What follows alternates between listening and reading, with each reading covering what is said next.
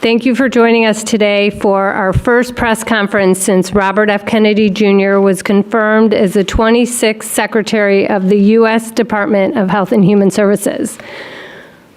Welcome to the press and the supporters of the MAHA movement who are here today to listen to Secretary Kennedy and Walter Zaharodny's remarks regarding the CDC's latest Autism and Developmental Disabilities Monitoring Network survey that was published yesterday in the CDC's Morbidity and Mortality Weekly Report.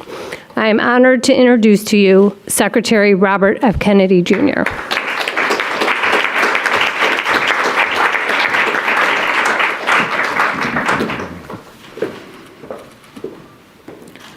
I'm going to go over some of the key numbers from the ADDM report. Overall, the autism is increasing in prevalence at an alarming rate. The study tests 8-year-olds who were born in 2014. And by the way, these studies are 2 years later than they should be.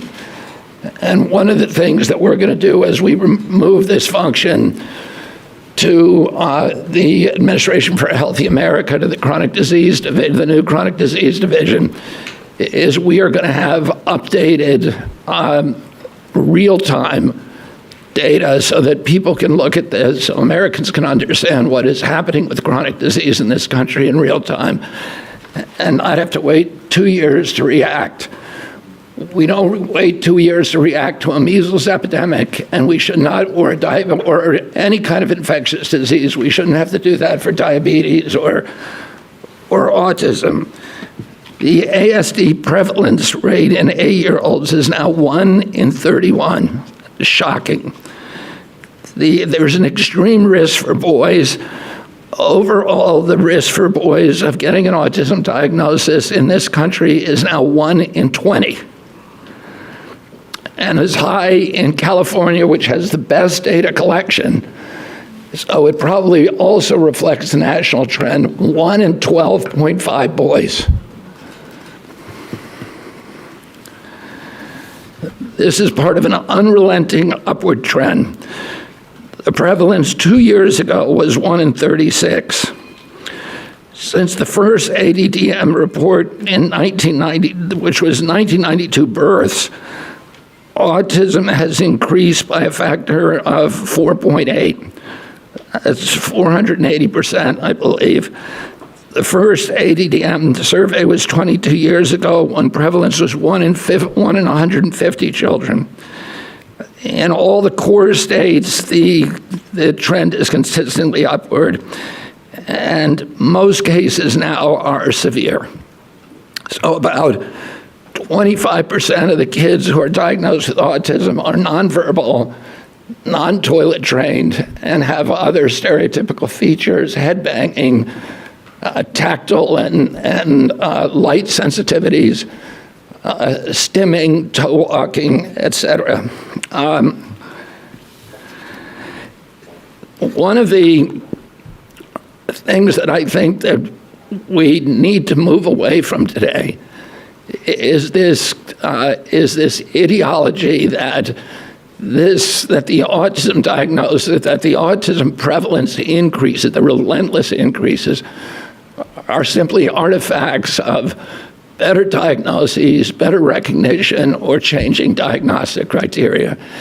If you look at Table 3 of the ADDM report, it's clear that the rates are real, that they are increasing in the last 10 years, which is beginning with the first one. Year by year, there is a steady, relentless increase.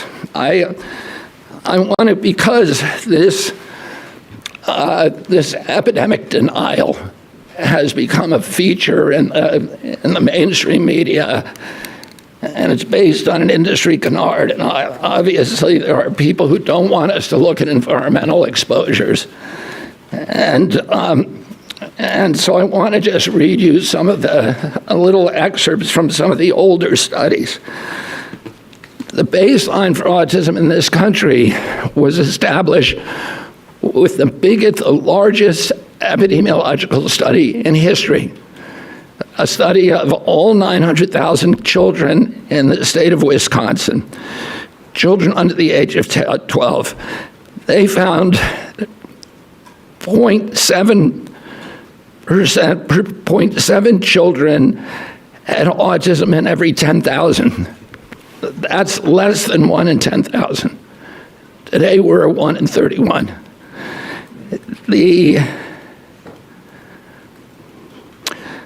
That study also confirmed the 4-to-1 male-to-female ratio. There were, at that time, just over 60 children in Wisconsin with autism. And today, it's around 20,000. In 1987, there was another exhaustive study, a peer-reviewed study in North Dakota, set out to count every child in the state with a pervasive developmental disorder, including autism. That study meticulously combed through every record, every diagnosis, and even conducted in-person assessments of the entire population of 180,000 children under 18. The autism rate they found was 3.3 per 10,000. So that's in line with the 1 in 10,000 that was found in Wisconsin 17 years earlier. For context, today, the last number of 1 in 36 is 83 times higher. In 1987, out of every 1 million kids, 330 were diagnosed with autism. Today, there are 27,777 for every million. If you accept the epidemic deniers' narrative, you have to believe that researchers in North Dakota missed 98.8% of the children with autism. That thousands of profoundly disabled children were somehow invisible to doctors, teachers, parents, and even their own study. The same researchers who followed the original cohort for 12 years to double-check their number, they went back in 2000 and found that they had missed exactly one child. So doctors and therapists in the past were not stupid. They weren't missing all these cases. The epidemic is real.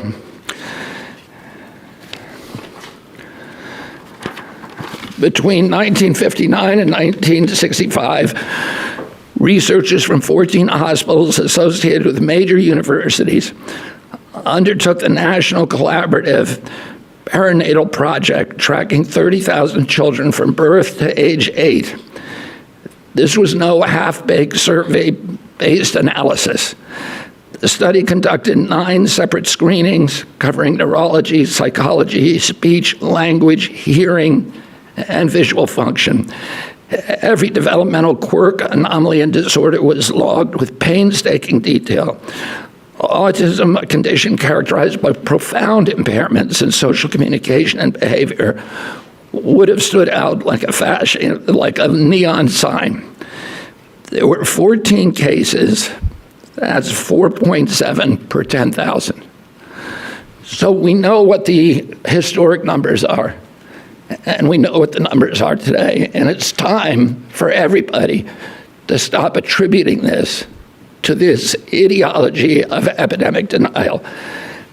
In 2009, the California State Legislature charged the Mind Institute at UC Davis with because this myth was already becoming pervasive, the myth of epidemic denial was already becoming pervasive in the mainstream media.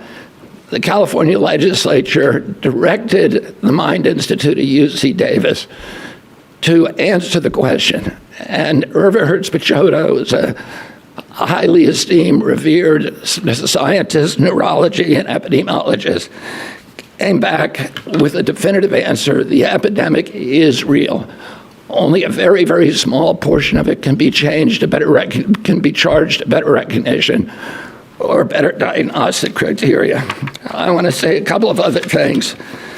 There are many, many other studies that affirm this, and instead of listening to this canard of epidemic denial, all you have to do is start reading a little science, because the answer is very clear.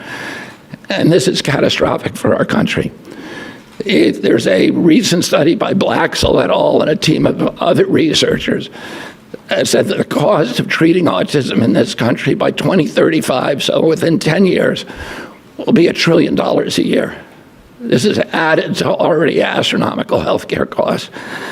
And then there's an individual injury. These are kids this is a preventable disease. We know it's an environmental exposure. It has to be. Genes do not cause epidemics. They can provide a vulnerability. You need an environmental toxin.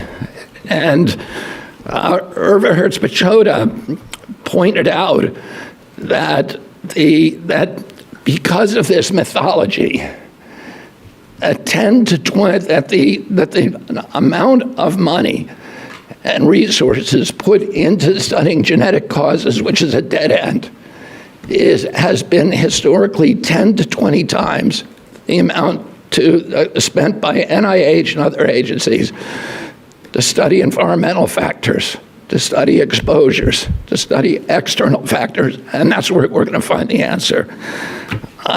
This is an individual tragedy as well. Autism destroys families. More importantly, it destroys our greatest resource, which are our children. These are children who should not be suffering like this.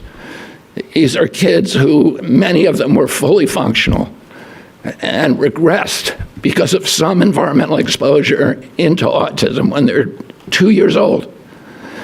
And these are kids who will never pay taxes, they'll never hold a job, they'll never play baseball, they'll never write a poem, they'll never go out on a date.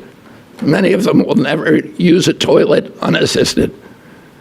And we have to recognize we are doing this to our children, and we need to put an end to it. And I think I'm going to have Walter Zaharodny, who is the most senior researcher for this project for ADDM, and who's been doing this for many years, to come up and say a little.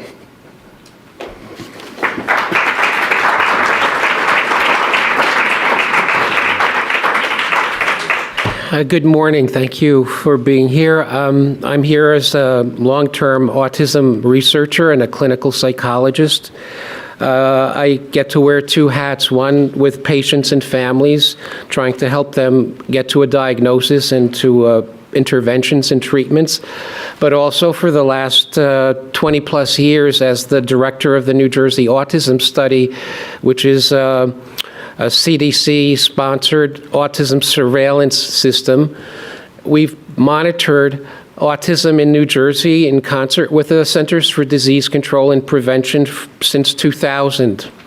When we began our endeavor with CDC, we expected to do maybe 2 or 3 baseline studies to establish how many children have autism, because it was not expected that autism prevalence would increase. Other childhood disabilities, neurologic disorders do not increase or change over time. But somehow, for some reason, with autism, everything was different. Autism went from being a very unusual, rare disability which affected, as the Secretary said, 1 child in maybe 10,000, to being known in every community, every school district, every center that cares for children with disabilities. Autism is real. It's a true disability. It's not a personality quirky issue. Everything is changed for the individual with autism, and while there's a wide range of expression, it does change the family, and it does inevitably change the community and the society in which we find it. Autism prevalence has increased very dramatically. It's increased in New Jersey, where we have excellent resources and access to services, and it's increased in all the states in the network. It's increased not only by the CDC ATOM network active surveillance activities, but it's increased according to federal IDEA statistics and information from a multitude of surveys. It is a true increase. There is better awareness of autism, but better awareness of autism cannot be driving disability like autism to increase by 300% in 20 years. That's what we saw in New Jersey. That's what the CDC report of yesterday indicates. And that's what, in my opinion, future reports from epidemiologists will show. The data provided in yesterday's report strongly suggests that not only is this a high point of autism prevalence, but in the future, rates can only be higher. Autism deserves to be treated as a real public health phenomenon, and I would say is an urgent public health crisis. It's not just that we're more astute or perceptive. It's not like 2 or 3 children out of for every one with autism has remained invisible. Autism is striking, and the consequences are lifelong. So I would urge everyone to consider the likelihood that autism, whether you call it an epidemic, a tsunami, or a surge of autism, is a real thing that we don't understand, and it must be triggered or caused by environmental or risk factors. We need to address this question seriously because, in my opinion, for the last 20 years, we've collected data but not made real progress in understanding what causes autism or how to effectively prevent it or treat it effectively. So I urge you to read the report very carefully. I urge you to do something that nobody does and go into the many supplemental tables and see that autism is a true phenomenon and that we need a correct perception, not a perception that allows us to just provide services without understanding the root causes or the true factors at play. So thank you for your attention. I wish we could answer questions. I think we can. Let me just say one other thing. I referred to a number of studies. There are many, many, many others in the scientific literature that absolutely explode this mythology that this is, that the autism epidemic is not real. If you read the literature, it is absolutely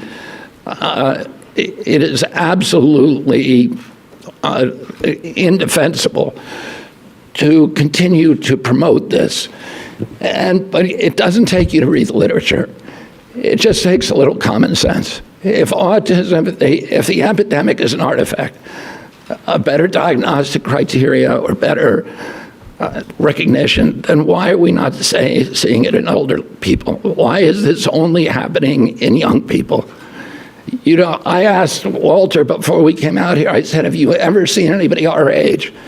I'm 71 years old with full-blown autism, head banging, nonverbal, non-toilet trained, stimming, toe walking, these other stereotypical features.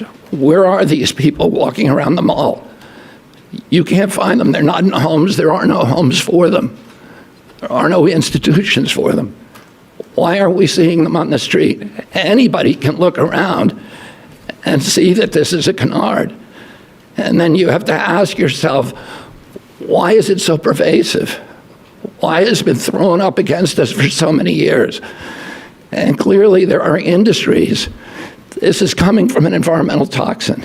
And somebody made a profit by putting that environmental toxin into our air, our water, our medicines, our food. And it's to their benefit to say, to normalize it, to say, this is all normal, it's always been here. But that's not good for our country, and it's not good for the press to not be more inquisitive, to not be more skeptical. And within 3 weeks, and probably we're hoping in 2 weeks, we're going to announce a series of new studies to identify precisely what the environmental toxins are that are causing it. This has not been done before. And we're going to do it in a thorough and comprehensive way, and we're going to get back to with an answer to the American people very, very quickly. Secretary Kennedy. Great, thank you. Yeah, go ahead. Secretary Kennedy, I was not diagnosed with autism in 1994 when I initially did it. It took me 5 years to get diagnosed later. You also talked about the fact that the numbers increased with Black and Latino people, but your own study says these findings may indicate that improvements in ASD awareness, identification, and access to services and communities among Black and Latino, Hispanic, and API children have improved. Do you think that, are you denying that in the past Black, Latino, and AAPI people had not been diagnosed, they've been diagnosed with behavioral disorders, they've been disciplined, they've been incarcerated, and now they're finally getting the services that they need? Oh yeah, and there are small slivers of the autism epidemic maybe 10% to 25% according to the studies. Highest studies are around 25%. That can be attributed to better recognition and better diagnosis. That means 85% are still, or 75% to 80% are part of an epidemic, and that's too many. And that is what we need to redress. Walter, do you have something you'd like to add? There's better recognition of autism and better awareness because there are more children with autism, and the professionals have greater reason to learn from what their experience and to diagnose.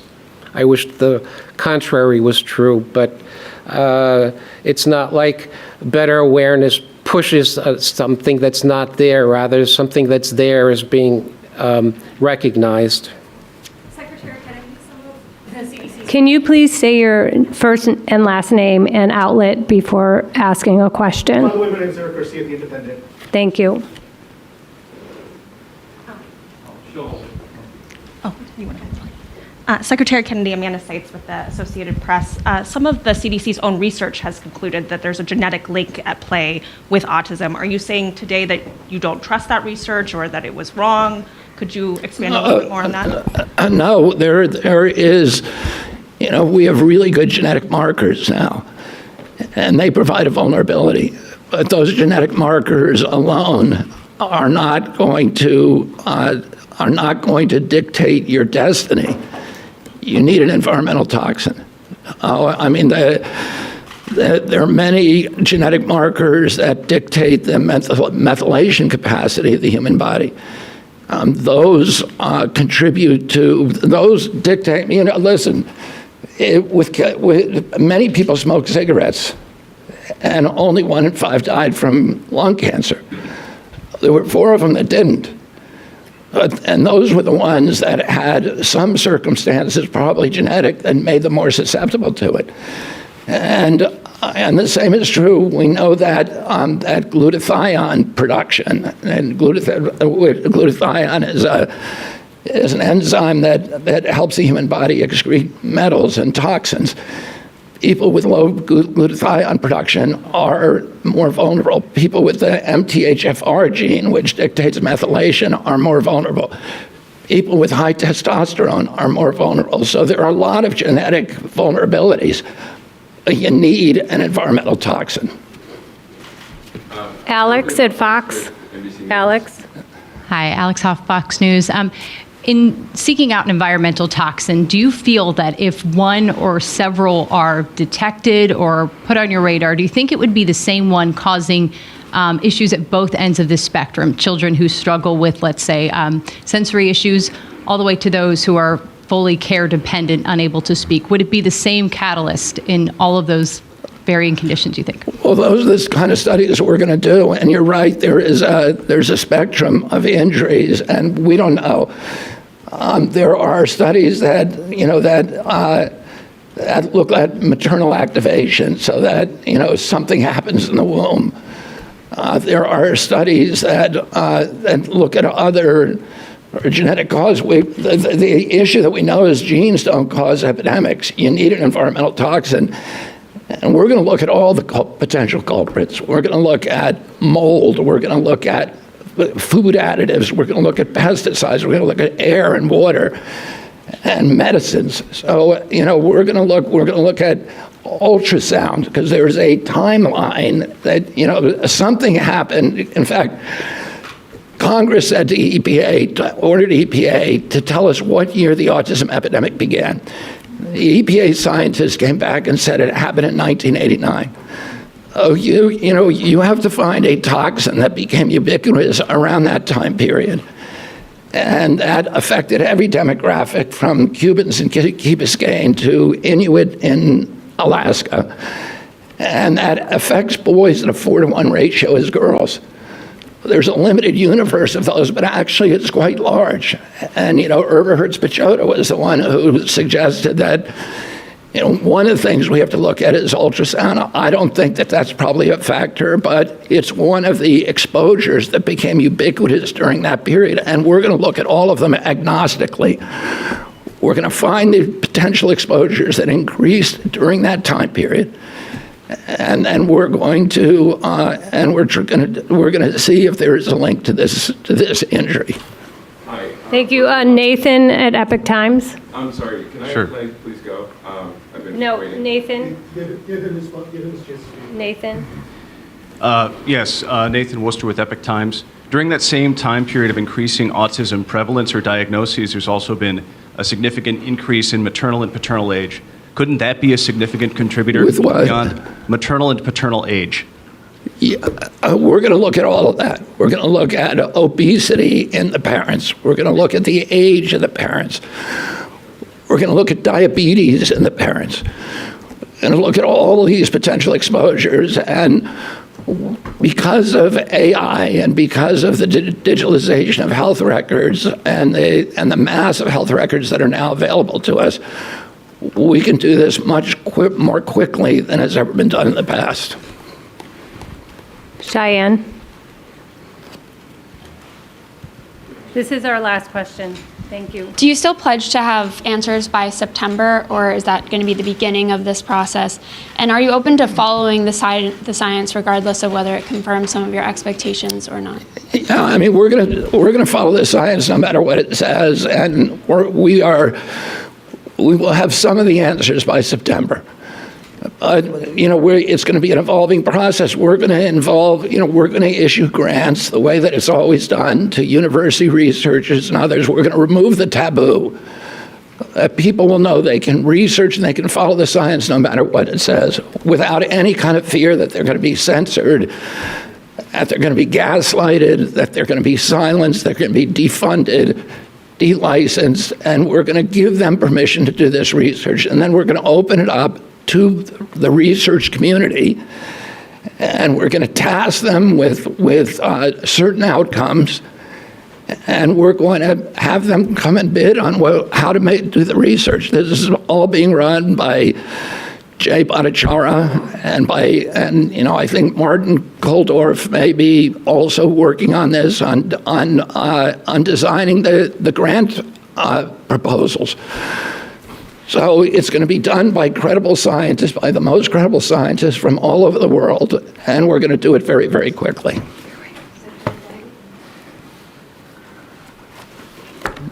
Yeah, one more question. Once you identify... Can you identify yourself? Oh, sorry. I'm Emma Bevins with Fierce Healthcare. Once you identify which environmental toxins are causing autism, what do you expect the impact to be on the industries that are causing those? As you cited industry as something that would cause it. I think we're going to figure out a way to make pressure on them to remove it. And I think also, there will be market forces that also exert pressure on them to remove it. And I want to say that I'm very grateful to President Trump because he tasked me on day one of this job with making this a priority of finding out what's causing the autism epidemic, and we are going to do it for him. Thank you all very much.